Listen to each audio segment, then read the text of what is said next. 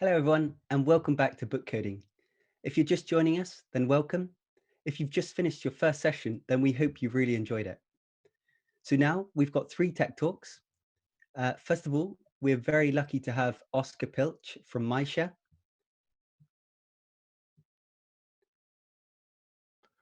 Hi, Oscar. Welcome to Tech Talks at Hi, Book Josh. Coding. So, Oscar, on Tech Talks, what we do is we have something called snippets. This is where I ask you really short questions, and I just want really short answers. Right. Okay. Cool. You ready? Sounds good. Yeah. So, basketball or volleyball? Basketball. Actually, a big fan of No. NBA. Cool. Photoshop or Illustrator? Uh, cannot say both, so I say Photoshop because kind of nostalgic. I started with Photoshop. Cool. Mac or Windows? Um, also a bit turn up, but I would go with Mac if I had to choose. Hmm. So, your favorite video game? Uh, don't have too much time for playing right now, but I always loved FIFA and sports related games, but also Yeah. Counter Strike actually, 1.6. Oh, yeah. Classic. Yeah. And your favorite new technology? I would say React, something we actually did with MyStrap, so something I'm a bit closer to right now. So Yeah, React JavaScript library. that's really cool. Okay, so we'll get into it. So, you are the product owner of MyShare. Could Yeah, you explain to everybody who's watching what a product owner is? yeah. I will probably come back a bit to it, but it's one of the roles in the Scrum team. Okay. So the whole team developing the product, MyShare Mhm. product. I have a product owner role, which means I'm responsible for the content or what gets done, Okay. how to prioritize things, and so on. Nice. Not just me, but in the development team. So if we want a new feature, we ask you. Yeah, he ask you, then I have to check with some some people above me, but it's possible that then it gets developed. Mhm. Yeah. Okay, so you are the expert on MyShare. Do you want to tell us a little bit about it? Yeah.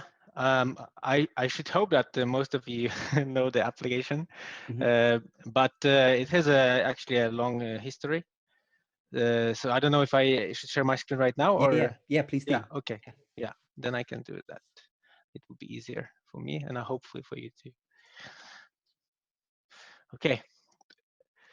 I had one just short, but maybe we just skip through it. Yeah. Details about me. So yeah, you asked about the product owner, so I said a bit about it. It's Mhm. one of the roles in the Scrum team, and maybe not very schematic, but what I think product owner should do is, first of all, he should love the product. Mhm. So not only know it, but really believe in it. So that's what I'm trying to bring to everyday work. Um, Probably mention the other things. Um, you also asked me to say a bit about how my normal day looks like. Mhm.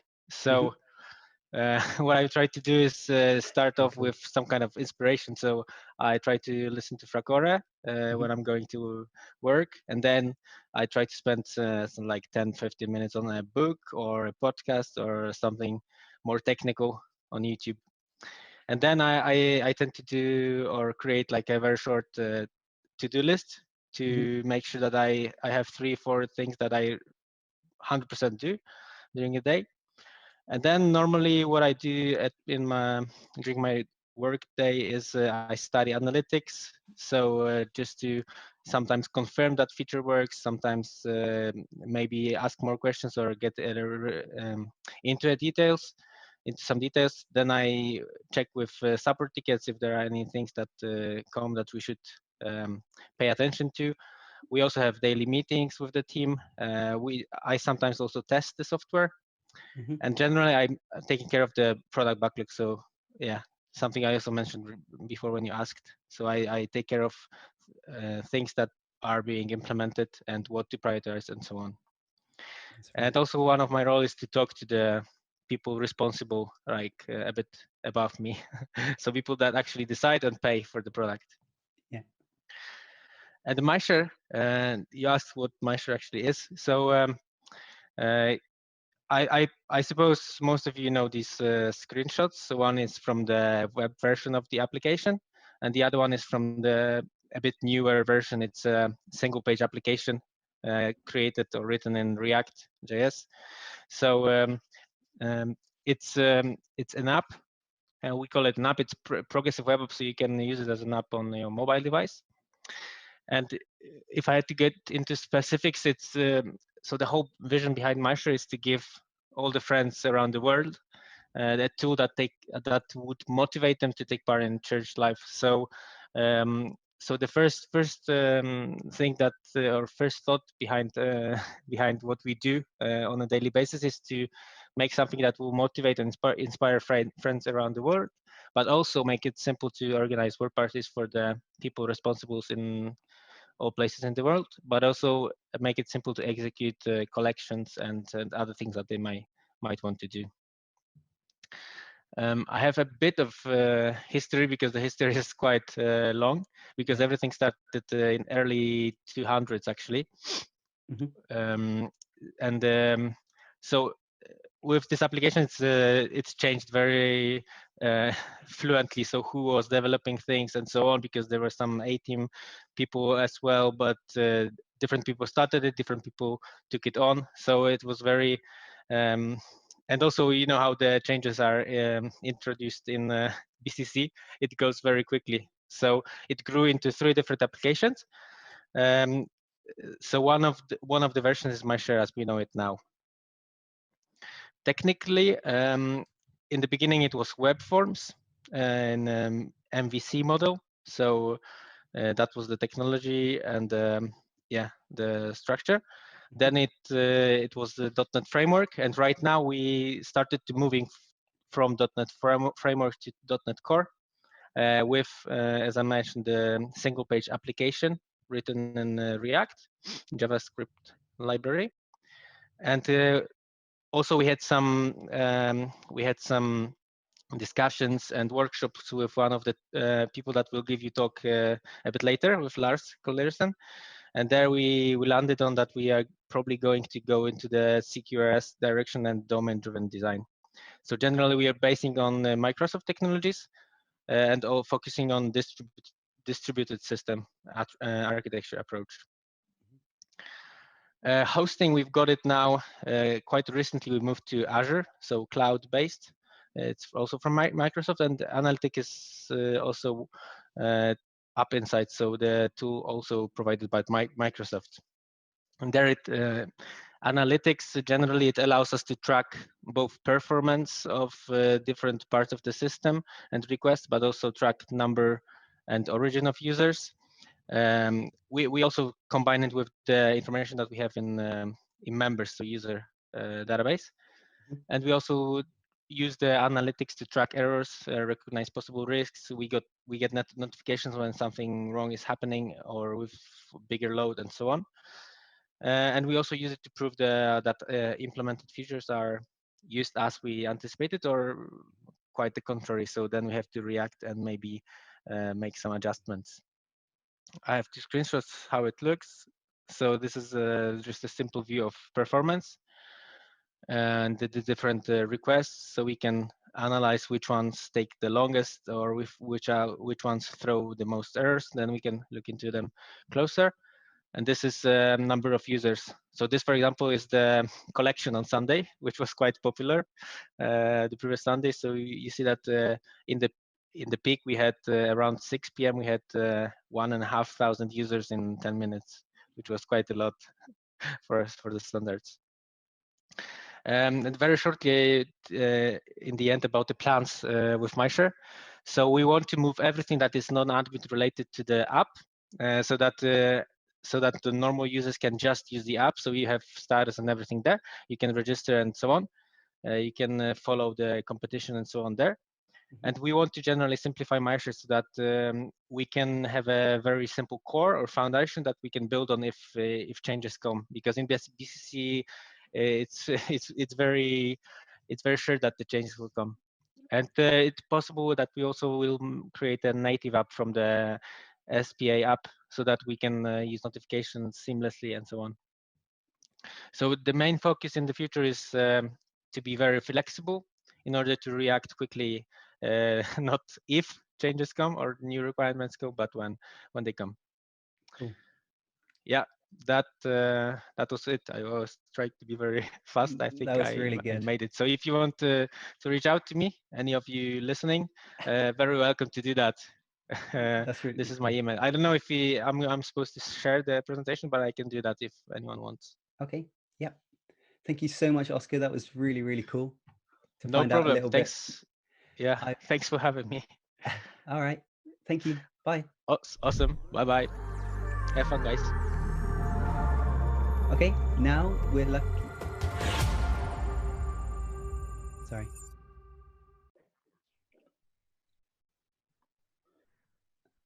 Hello. Hi, Lars. Welcome to Tech Talks. Thank you. Thanks for joining us today. And before you get started, we just want to ask you some really short questions and we want some really Okay. short answers. Okay, go ahead. Okay. So BMW or Mercedes? BMW, very clearly. First computer. 386, 4 megs of RAM, 200 megs hard drive, I think. MS-DOS. Cool. Would you have Windows, Mac, or Linux? Mac preferred. Currently, I'm still stuck with Windows because I'm programming for Windows mostly. Linux, what's that again? Sorry, guys. For everyone for me.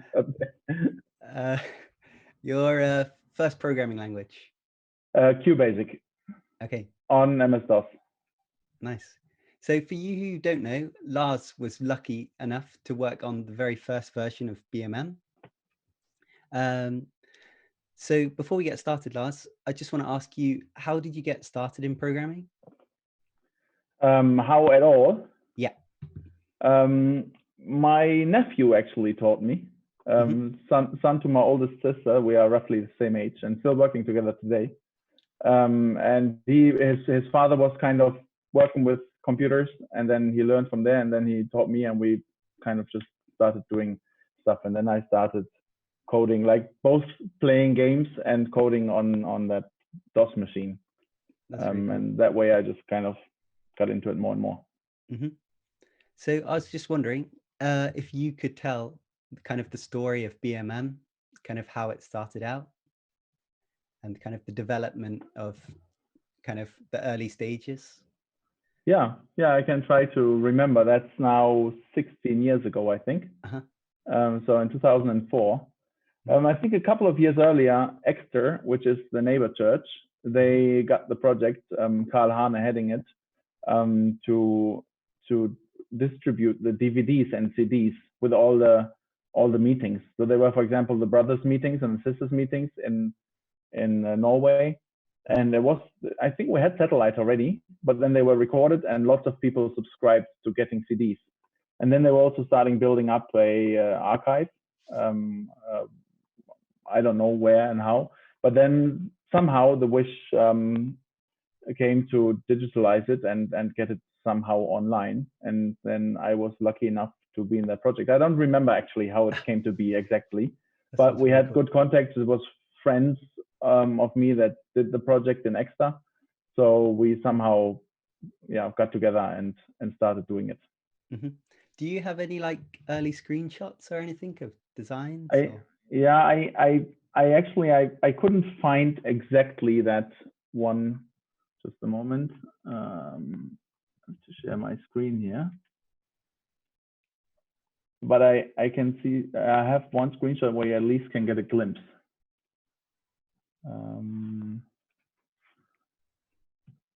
This one here. Oh wow. So the one behind actually. So this was kind of a redesign. I think it was when the portal was relaunched in 2009 or something, 2008, 2009. And then, but this brown style was the default style for SSFnet. So the all the which is literature.bcc and ONA, all the content. Actually, Terry did that project. Maybe that was one of the reasons why we kind of got pulled into that. So he did this online, all Schulze-Scatter content online. And then we picked up the same design, and it was a brown, funny thing. And then relaunched to this more bluish thing later, a couple of years later. It's really cool. I think this is how it looked then. That's how I remember it. That was my first. Yeah. With the iPod. Yeah, right. So it was like 3 years online already in this design before that. And then we relaunched when the portal relaunched. Mm-hmm. Then there were a couple of projects. Actually, I have some stats here as well. In 2006, we had 40,000 downloads in a month. I don't know how the stats are now. I guess you have to ask the guys that work with it now, but it was pretty heavily used, and most people downloaded actually and put it on some. It wasn't normal to stream back then, and also mobile devices, and also you wouldn't have kind of the free data. It would cost a lot to stream, so people wouldn't be streaming, but downloading and putting it on the MP3 players. That's really, really cool. I think that were some sketches from a redesign. Yeah, that's what I've got. That is really, really nice. Do you have any like interesting stories, like where it crashed or any bugs or anything like that? Yeah, and we had lots of interesting things. We were doing all this on as a like besides the normal jobs. Mm-hmm. So in the evenings and in the weekends, and then we would get support tickets and somehow trying to solve them. And that is also for these projects, the hardest part is not getting the first version out, because that's lots of fun. And we spent many nights doing this. I think we did it in 2 months or something. The first version, lots of long nights, because it had to be ready for a conference, for an ESUS conference or something. But then the hard part is maintaining it, going with new designs, technology updates, all those things. So, well, was fun as well, but was also nice to see that it kind of got into new hands. And now I think there is a decent team working on it. It wasn't like your baby. You didn't want to like. Is it okay? Yeah, a little bit. In a way, I must admit, maybe some of the guys are watching now, that the things we struggled with a lot back then are still the same things which are hard to do now. So it was kind of like, even though it has seen a couple of re-implementations, it shows that it just was hard, and that is a little bit comforting. But yes, I guess I'm very happy. It's just going on, but it was a fun project. So maybe it was a little bit hard to let it go. Do you think you could quickly mention a little bit about the like technologies you used for the first version? Yeah, the first version, and that was exciting for us as well, because it was fun to develop that technology. We were basing it off a CMS system. That wasn't the interesting part, but it gave us the possibility that we didn't have to do so much for like uploading the files and maintaining kind of the metadata of the files. But then we did it as a single page application, which is pretty much the default now, but that you would click and it would just load the things that actually changed. One of the reasons, because we didn't want to interrupt the player, right? We wanted people to be able to browse around without reloading, and we didn't want the player in a pop-up or anything. And that was fun to create, because there was nothing. There weren't, I don't know, like for those who know, like Ajax libraries or jQuery or those things weren't around. So we had to deal with lots of funny, interesting technology for that. That's really, really cool. Thank you so much. And just lastly, do you have any kind of, so you managed to like start a project quite early on. Do you have any like encouragement for somebody who's just starting out, who wants to start a project? Or yeah, it's just to get going. I think it's the best thing you can choose, learning to code in this digital world. It's most probably one of the most safe choices for the future, also for career. I'm still coding. I do lots of other things as well, and it kind of started out with church projects, like local church websites and all different kinds of things. And you just have to start somewhere. So somebody who has a problem, as coders, we want to solve problems. So that's best if you have some problem to solve, and then you just get your hands dirty and try to solve it with code and with technology. And then what I also always appreciated a lot is the fellowship that came with it. For example, in this project, we had contact with Karl Hane then, and then we got to spend maybe an evening on David's Grillerie, what it is now, or some things like that. Or you can also just get fellowship locally in your church with people that you else wouldn't have so much contact with, maybe, even if you're a very young person with technology and with skills around that. Then you can, in a way, make friends, which might be harder to, or establish relationships, which has been very giving for me. Yeah. Lars, thank you so much for joining us today. Sadly, we've only got 10 minutes, so we're going to have to cut it cool. there. But Fine. Thank you so much. Bye-bye. Yeah, I have much fun. Bye-bye.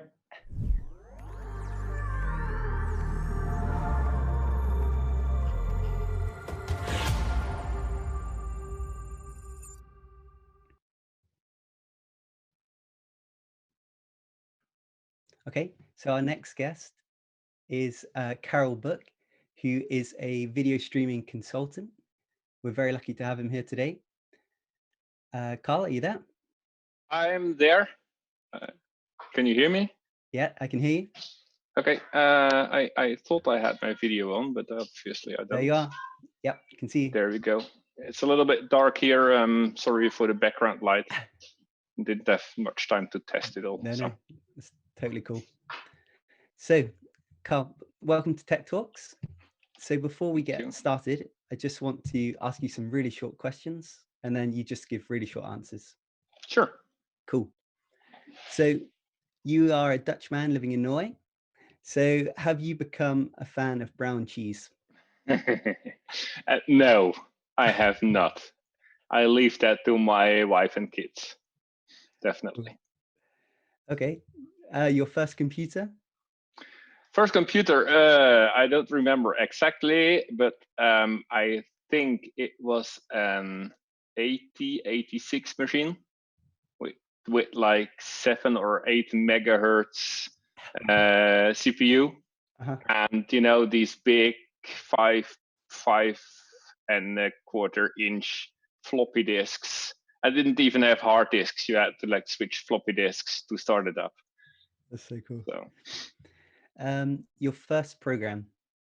my first program. So I think I started how I got into programming was like I started messing up games. Like there were these very simple games where you had to like 2 gorillas that had to throw bananas to each other, and then I would like mess up the game so that when my opponent would throw a banana, it would go anywhere but at me. And then when I would throw a banana, it would go straight at him, regardless of which direction I chose. So I mean, it was funny. I always win, but I did it more for like to find out how does changing the code affect the program. Mm-hmm. That's really cool. Windows, Mac, or Linux? Linux, definitely. Cool. Yeah. Discord or Zoom? Zoom. Zoom. I mean, Discord's probably like something that came up in the last 2-3 years, although it's probably been around for longer. Haven't really used it, so that's why that's when I start feeling old. Mm-hmm. Okay, right. This is maybe an impossible question, but could you explain in 5 minutes how the data from my camera here travels to your screen? Okay.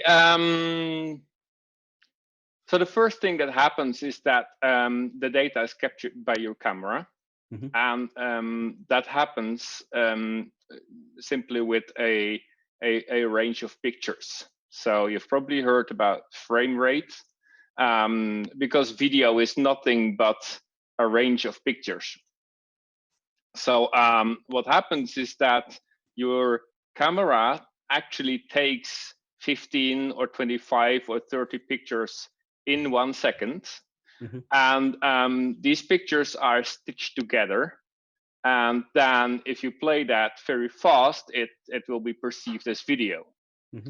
And now these pictures are compressed. So logically, what you can do simply with any like Photoshop or something is that you can take an HD high resolution picture and diminish or like decrease the size of it, which means that the file size will also be decreased, right? But another compression technique is that you can look at the difference between these two images that are only a few milliseconds apart, and you will see that they are very much alike. Like especially when we're talking to each other with relatively still pictures, the only thing that changes is like my face, and the background is the same, etc. So they have developed these compression techniques, like how can we, instead of sending the complete picture 15 or 25 times in a second, how can we like send only the differences compared to the previous picture? Right? That makes that you don't have to send so much data over the internet as you would when you send each picture separately. Now, these pictures are then packed into a protocol, what they call, which is basically a set of rules about where two points, like the sender and the receiver, agree with each other, like how shall we send this data over the network. So there's typically some header, some information at the start of the picture that says, hey, this is a picture, it's number 25 in the row, the previous picture was number 24, etc. So that the receiver knows that if it gets picture 25 and probably the previous picture that it received was picture 20, then it knows that, hey, I'm missing 4 pictures, right? And it can like ask like, oh, please, can you resend these? Or it can just decide to drop that. So this compressed information is then sent over the internet. And in this case, where we are having what is called a peer-to-peer connection, it's actually sent directly from me to your PC or the other way around. So that means that I'm receiving these pictures and or this data, and then based on that data, I can build back the original picture, right? I can start with picture number 1, and then based on the data that I get that says, hey, picture number 2 is actually a little bit different, but I only sent you the differences, it will be able to calculate back what picture number 2 should look like. And then every once in a while, for instance, once in a second or once every 2 seconds, it will send the complete picture again so that you have a reference. So that's I'm not sure if that's clear, but that's very short how peer-to-peer connections work. And then, of course, you have these one-to-many or many-to-many connections where they have a server in the middle, where you basically send the picture to the server, and the server will make sure that it's distributed to everyone. Okay, so does that mean, for example, when Brintstar, they do a satellite stream, and they also have Brintstar TV web stream? How does that? So at Brintstar, the satellite stream and the web TV stream are 2 totally separate paths. But the concept or the principle is somewhat the same. So the advantage with satellite is, of course, that you can just spit out the video signal, and everyone who wants to receive it just has to install a satellite dish and receive it, etc. And generally, the advantage with Brintstar TV is that it's one way, right? We don't send any picture back, or now in the virtual conference we do. But I mean, everybody is watching the speech of Corey Smith, and we are not having a 2-way video conference with Corey Smith. So and basically it works the same way. At Brunstad, we have these machines that do the compression of the video signal. And of course, the technology eventually is much more complex than just like comparing two pictures with each other. But these machines, they compress the video, and there's of course a trade-off that says, or a trade-off between how much compression can I do versus at which point do I think that the quality is no longer acceptable to look at. Mm-hmm. Right? For satellite, it's a little bit easier because with satellite, you actually have your own bandwidth on the satellite. You literally reserve a 6 megabit slot or something, or 9 megabit, and then you can say, okay, I'm compressing this picture to a 4 or 5 megabit per second picture rate or bit rate. And then you know that you have this entire slot, this entire bandwidth available on the satellite. So on the receiving side, you have kind of a guaranteed connection. Then with the internet, of course, the internet is a shared medium. It's a shared infrastructure. So you have a lot more challenges. You can't always guarantee that you get the bandwidth that you require. Fortunately, there's a technique that is called adaptive bitrate, where basically what you do is that you create 4 or 5 times the exact same video stream, except that you increase the compression a little bit for each time. So the best quality is probably a full HD stream, and then you say, well, I create one more with a little lower quality. That is, maybe you'll see it a little bit if you like compare these, and then I'll create one with even more compression, so like even less size, even less bit rate, etc., etc., until you're like at the postage stamp size of a video. And funny enough, just before this Easter conference, we decided to add a really low bitrate, low quality stream, which now is being received by a few of the friends in Africa. Wow. So that was like the maximum bandwidth that they were able to receive was probably like 300 kilobit per second. And it's like postage stamp size, and you probably won't even see the picture clear. But of course, like the fact that you know that this is Core Smith, and it's, I mean, you can recognize Core Smith, and the audio is still clear. That gives them still the sense of being along, right? That's super So cool. that is fantastic. So yeah, so 2 different ways, satellite and internet, but the principle is the same. It's a matter of compression on the one side, and then on the player side you decompress that again. Yeah. Okay, Carol, I'm very sorry. I did say I asked you the impossible question in the time frame, but I thought that was really cool hearing about that. We're gonna have to end it there. Sadly, cool. Sorry, viewers. No, I'm fine. I hope that it was helpful and interesting. Yeah. Thank you so much. Okay. Okay, my pleasure. Bye. Yep, bye. So guys, just a heads up that back at 4:30, we are going to have a final talk with Tommy Vedvik on web development. And then we're going to have the Kahoot, where you have the chance to win a BUK hoodie. So I hope to see you there at 4:30. Bye.